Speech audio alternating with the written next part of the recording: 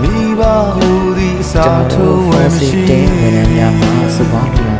လာဝရာဖျားနဲ့တကယ်ပင်တရားသဘောညီ